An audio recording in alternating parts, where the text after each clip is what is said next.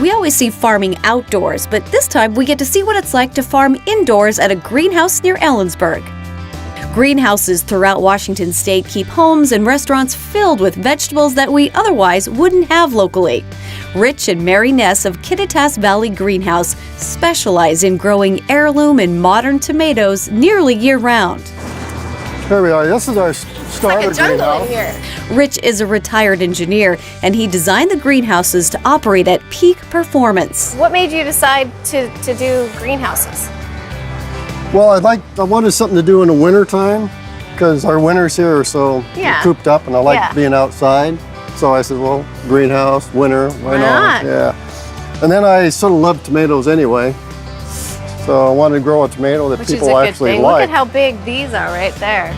Rich grows his tomatoes using water from a nearby spring, and he grows them without using pesticides. So, Rich, do you have problems in a greenhouse setting, like with pests, and how do you deal with that? Well, right now, aphids seem to be our only pests, and ladybugs have been doing a good job. I get those at a local store.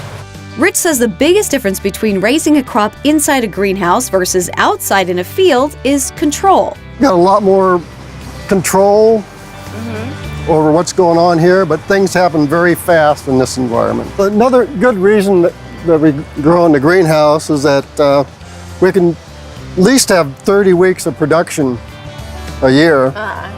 And sometimes, you can go to 34. How many tomato plants do you have in these greenhouses?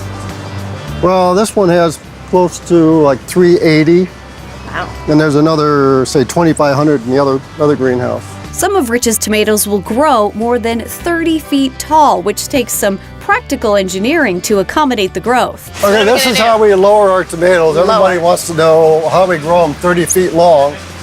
So we might have to lower these every 2 weeks. What we call is lean and lower, because if you just lower, you could break the stem down there.